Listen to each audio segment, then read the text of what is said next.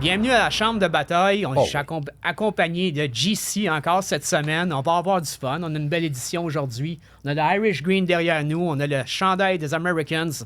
On a tout préparé. Les Americans de New York. De 1926 à 1945, en effet. Tabaslac. C'est un vieux chandail, mais tu sais, j'ai jamais l'occasion de le porter. Ouais.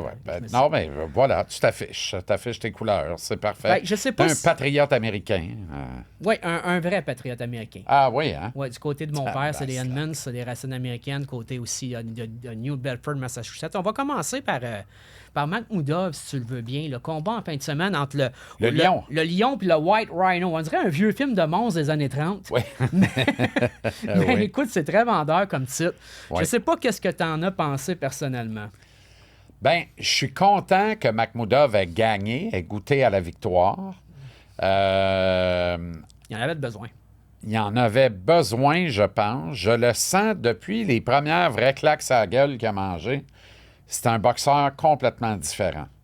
Tu sais, je le sens nerveux sur le ring, pas complètement dans ses semelles. On dirait qu'il attend toujours le moment où l'interrupteur va s'éteindre, tu sais, où il va se faire fermer les lumières. Il m'apparaît craintif un peu. Il m'apparaît craintif. C'est une excellente observation. D'ailleurs, moi, ce que j'ai observé, c'est que pendant les rounds, il regardait Mark Ramsey pour avoir des instructions. Ça, c'est spécial. Puis c'est dangereux aussi parce que si ton adversaire est assez proche de toi, il peut te frapper pendant que tu ne le regardes pas. Ouais. Tu quittes jamais les yeux de ton adversaire. Je sens qu'il y a un manque de concentration, puis chez McMoudov, un manque de contrôle des émotions. Il me fait penser à Andrew Golota, puis quand Andrew Golota a affronté Riddick Bowe 2 fois, puis il a failli se faire disqualifier après 2 victoires faciles qu'il aurait dû avoir contre Riddick Bowe, qui a eu lieu dans le premier combat, c'était l'émeute du Madison Square Garden en 96, tu vas t'en souvenir. Je dis ça parce que en début de combat, McMoudov se fait Mais ébranler. raconte l'émeute de Madison Square Garden en 96 parce que là, il y a du monde qui écoute ça et qui disent ah oui, c'était quoi ça déjà? C'était Andrew Golota affrontait Riddick Bowe. Riddick Bowe était considéré le meilleur lourd. Il venait de gagner la trilogie contre Evander Holyfield 2-1. Il venait de passer le knockout à Evander Holyfield. Faut que tu sois aguerri pour réussir à passer le knockout à quelqu'un qui encaisse Ouais. comme Evander Holyfield. Il est sorti, on a l'impression qu'il était sorti grandi de cette trilogie-là, puis il a cherché un adversaire facile en attendant Mike Tyson. Andrew Golota, c'est un boxeur qui vient de Pologne, mais c'est pas un adversaire nécessairement facile. On pensait que ça allait être quand même un walk in the park, mais il se battait ce soir-là, les 2 soirs d'ailleurs, à la Jack Dempsey, honnêtement. Plus tu le frappes, ce gars-là, plus qu'il devient rouge, plus qu'il devient solide comme le fer. Ouais. Puis Riddick Bowe n'était pas capable d'en disposer. Une affaire, par exemple, qui était tenable dans le combat, qui était observable, Andrew Golota n'arrêtait pas de frapper en dessous de la ceinture. Malgré les avertissements de l'arbitre, il n'était pas capable d'arrêter. Il n'y avait pas de contrôle de ses émotions, donc on l'a disqualifié. Il y a eu une émeute. Il y avait la moitié de Madison Square Garden, c'était des Polonais de New York. L'autre moitié, c'était les Afro-Américains de Brooklyn, du Bronx, puis d'Harlem, de ce coin-là. Donc, qu'est-ce que ça a fait avec deux groupes qui ont bu toute la soirée? Ouais. Le ring bougeait. Ça a volé égal. Ça a volé égal, puis ils ont appelé la police anti-émeute. Ils ont fait rentrer ça dans le Madison Square Garden en 96. Ça va faire 30 ans bientôt de ça. Et je sais pas si c'est ça qui s'est passé samedi, mais McMoudov s'est fait ébranler au premier round. On était quand même loin de ça, là.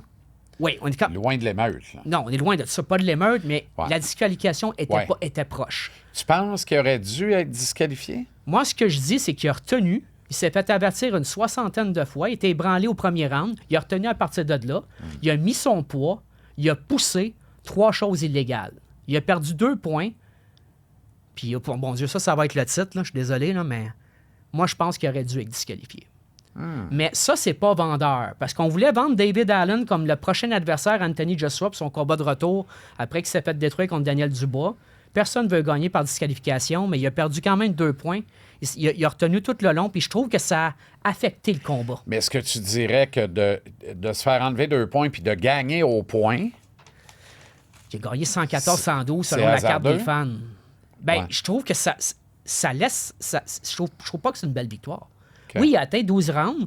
Oui, il a utilisé le jab. Il y a Ouais, des choses c'est ça. positives. Il a boxé 36 minutes, il a établi un jab, puis il a gagné. Il faut se concentrer là-dessus, sinon on est aussi bien d'arrêter tout de suite. Si on se concentre pas sur nos erreurs, on les améliore pas non plus. Il faut qu'il Ben, ça, contrôle je veux ses dire à émotions. l'interne, mais Il faut nous qu'il arrête autres, de retenir parce ouais. que je suis sûr que Mark Ramsey, il a dit là, arrête de retenir. Premièrement, tu n'es pas chez vous. Tu es en Angleterre avec un arbitre anglais. À Sheffield. À Sheffield, tu ne contrôles pas ce qui se passe du tout. Mais il a failli. Il a frisé la disqualification, honnêtement. Là. Il s'en sort bien. Il cale. Mais quelle est la suite? Quel est l'espoir avec Makhmoudov? Parce que moi, ce que j'entends, on aimerait peut-être l'opposer à Simon Keane. Oui, c'est là qui qu'on fait va un aller. retour. C'est là qu'on va aller. Mais pourquoi on veut aller là? Bien, premièrement, il fait la bonne chose. Il call Anthony Joshua. C'est la bonne chose à Ouais. faire. C'est le gros money fight. Pas juste pour lui, mais pour le Tiger Management Ben oui, aussi. ben oui, ben Ils vont faire beaucoup d'argent avec ça. Ouais. Mais selon mes sources, Anthony Joshua a déjà une entente avec Deontay Wilder pour janvier. Un combat plus sécuritaire. C'est quelqu'un qui a l'air très menaçant, Makhmoudov. Frappe très fort. C'est pas le boxeur de l'année. Sa boxe est encore à développer. Ouais. Il y a encore place à amélioration. Il a Mais fait... il pourrait knocker Joshua, par exemple. Ah, je pense pas que non.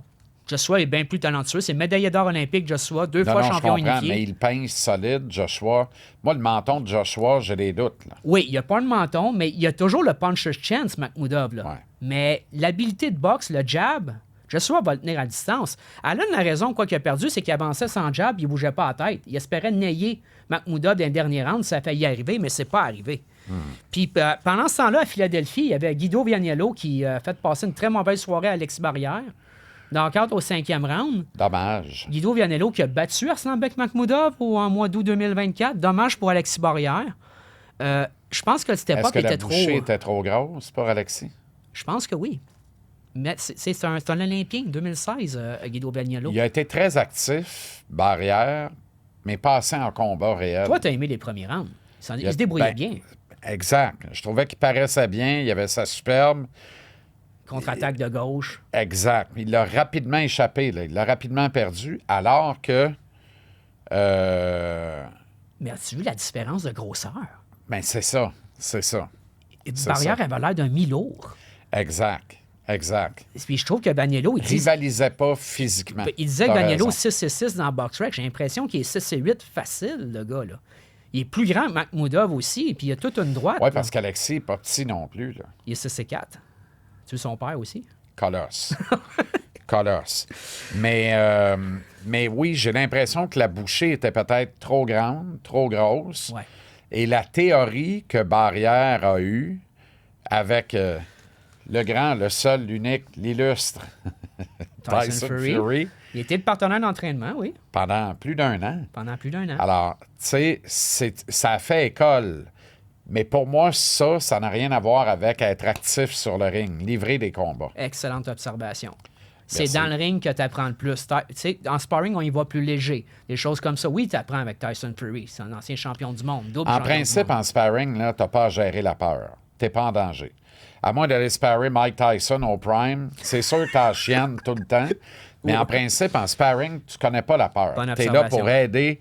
Tu es un accessoire du gym du champion. Puis ça Tu faisait comprends? longtemps qu'il n'avait pas connu la peur dans le ring. Alors là, tu montes dans le ring, là, tu peux te faire mal pour vrai. Tu as un adversaire qui veut en finir avec toi, qui plus est, qui te domine physiquement. Première adversité en Alexis, carrière aussi. Tu sais, Alexis aurait pu mieux bouger et il aurait fait mieux. Je trouve qu'il ne bougeait pas assez bien. restait devant lui. Il aurait dû cacher in sur sa petitesse, tu sais, son désavantage physique.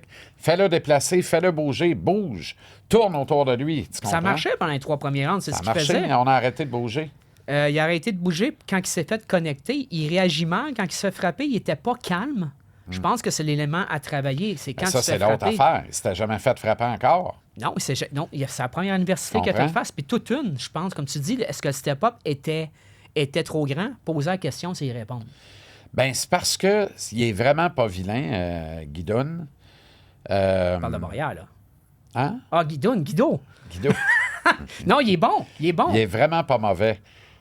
Fait que moi, j'aurais préféré peut-être un step intermédiaire avant d'arriver à Guido.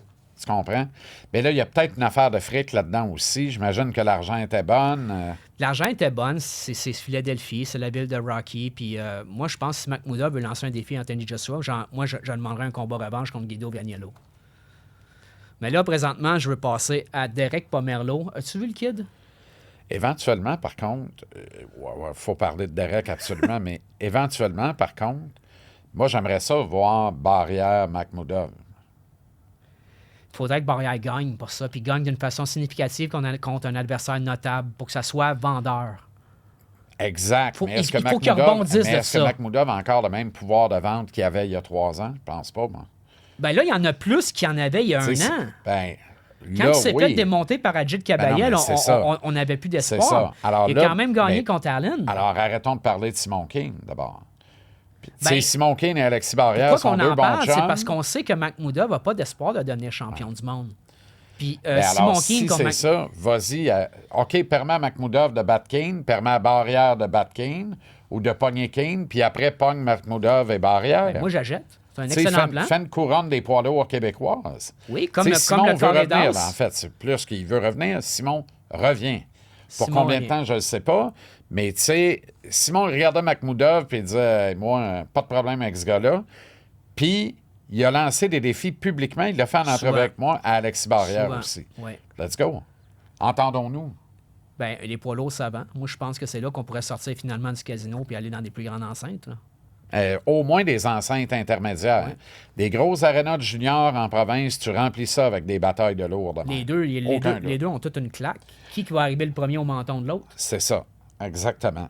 Tu veux parler de Pomerleau, mais tu ne veux pas me parler de... Ah oui, j'ai quelque chose de bon pour toi. Francis Lafrenière revient dans le ring. Francis Lafrenière revient le 29 novembre prochain contre Francis Ntetsu. Ntetsu cherche sa 20e victoire, mais on a un plan.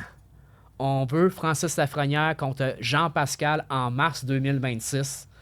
Ça serait un combat qui serait intéressant. Oui, Lafrenière ne s'est pas battu depuis 6 ans, mais Jean a quand même rendu à 43, Francis à 37. Francis, c'est un 2 fois champion des moyens d'équipe du Canada.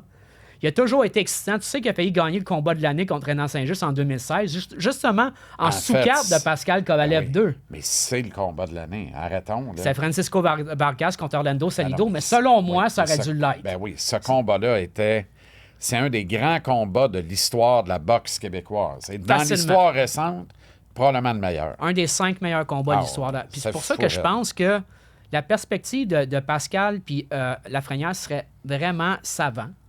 Lafrenière a 20 victoires, 7 défaites, 11 knockouts, mais qui compte les défaites quand il se donne à ce point-là dans le ring? On comptait pas les défaites de Gatti non plus, ni de Ward. Exactement. C'était le même genre de crowd pleaser de boxeur. Exactement. Puis, on sait que Jean peut être excitant, puis lui, il veut pas finir sa carrière comme ça finit contre Michael Sislak. Une soirée qui est vraiment à oublier. Il s'est fait cogner quand même assez solide, mais je pense que Jean pourrait donner une bonne performance contre Francis Lafrenière. Personne ne veut finir sa carrière par une défaite.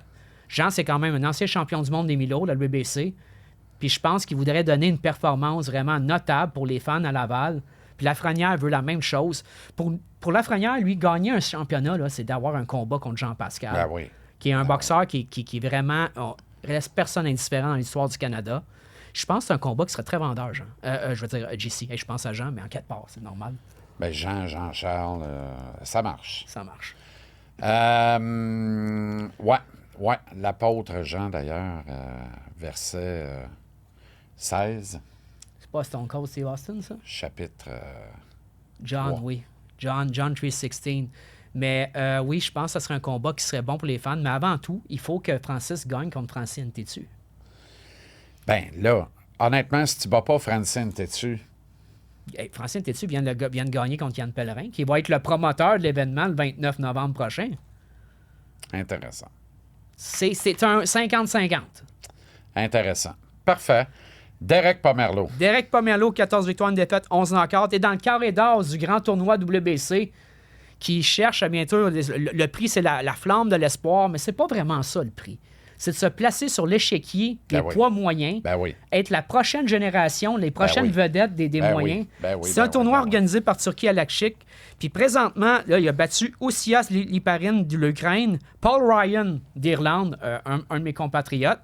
D'ailleurs, Pomerleau a chuté, mais il s'est relevé pour gagner.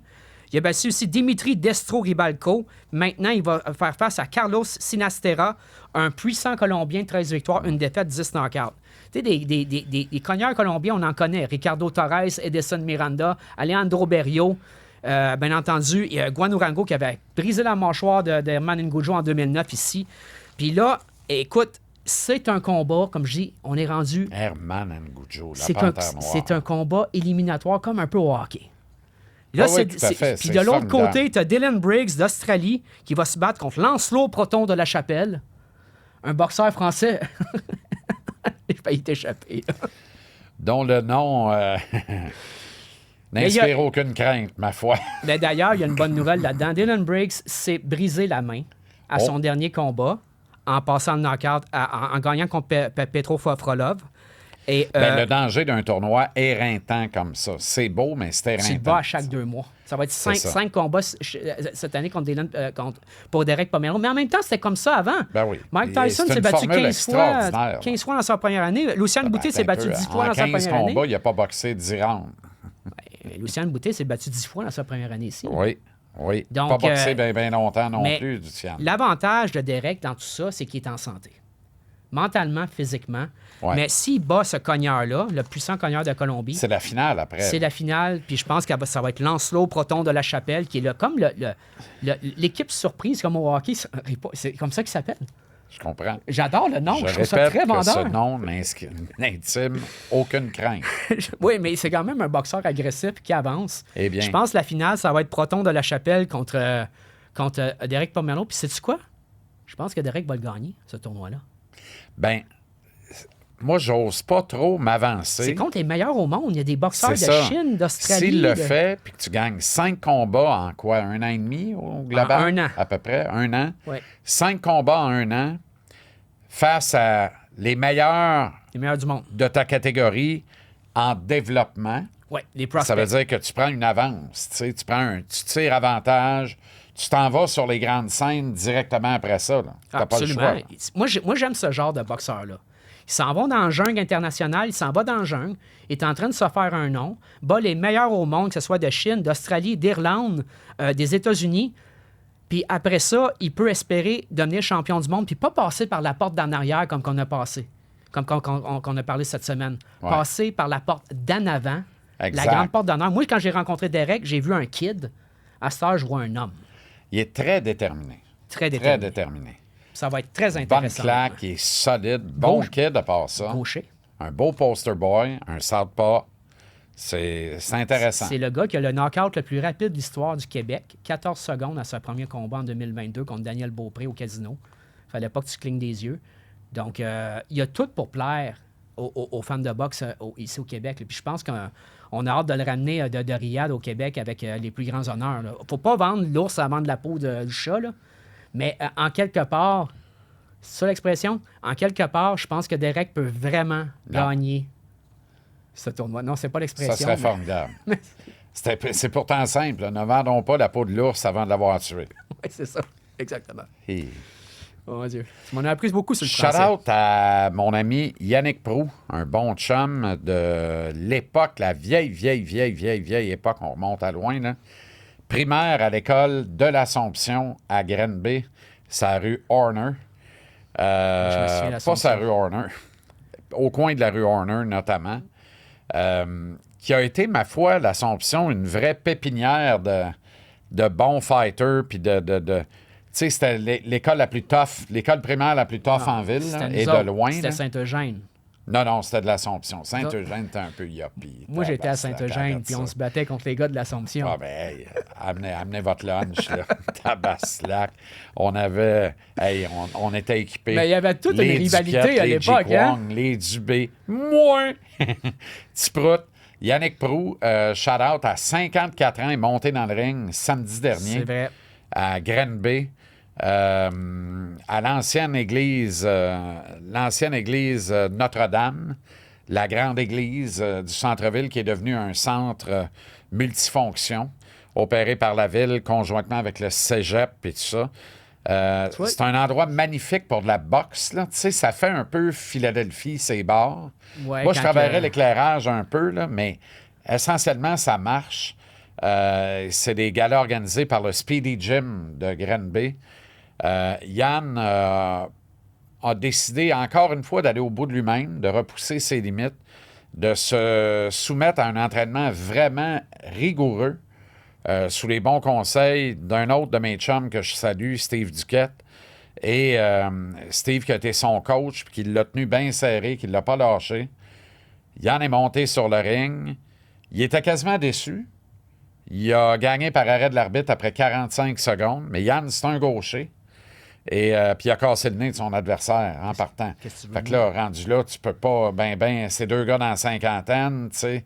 La sécurité est importante. L'arbitre a bien fait. Il n'y a pas de mauvaise décision là. Puis comme je disais à Yann, la vraie victoire, c'est ton entraînement rigoureux depuis autant de temps pour te préparer pour ça. Ça, c'est la cerise sur le Sunday. Tu as collecté le frimur parce que tu as tellement travaillé et tu t'es donné. Bref, shout-out Yann. Très content, très fier que tu aies repoussé tes limites encore une fois. C'est ce qui fait tout le temps, ce gars-là. Et puis on a beaucoup de choses en commun, notamment dans la famille immédiate avec les enfants puis tout ça, et la maladie d'un fils. Fait que c'est très, très, très touchant. Et puis, samedi soir, à l'Allégrion, on va fêter cette victoire-là.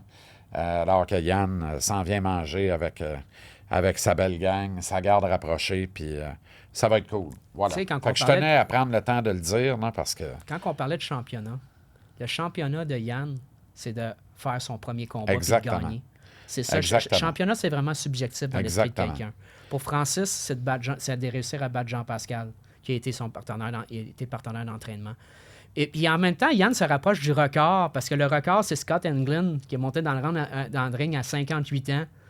Puis je ne sais pas s'il a gagné, je me souviens plus, mais c'est quand même quelque chose. Puis il a gagné un combat de professionnel à 54 ans par TKO. Dans une église, oui, ça fait Rocky. 500 spectateurs. Oui, ça fait Rocky. C'est comme ça que Rocky commence en 67, d'ailleurs. Une église, il y a Jésus-Christ devant lui. Exactement, c'est formidable. Il bat Spider Rico. Sainte mythique, s'il en est une. Oui, en effet. Ben, y aller, moi. Moi, y aller, moi, avec. Ah oui? On a fini, quoi? La réception va venir cogner à la porte? Ben, pourquoi pas? Vous finissez de vous brasser le lit? Je sais pas s'il a brassé, mais en tout cas... La sieste est finie. La sieste est finie. Puis on commence la semaine, on finit la semaine de bon pied. Ça va vite, en tout cas. Puis je remercie d'avoir été là cette semaine, encore dans la chambre de bataille. Puis je remercie aussi mon ami, mon mentor, JC, de me permettre d'avoir une chambre aussi. Puis vraiment, là, on va profiter des bons moments de la boxe. Quiconque a une chambre a un toit. C'est ce que je me dis. Puis Derek se bat dimanche sur DAZN. Allez regarder ça. Ah oui, c'est vrai, c'est sur DAZN. À quelle heure, à peu près? Environ à 13h... 1h de l'après-midi. Parfait. OK, bye. Bonne journée.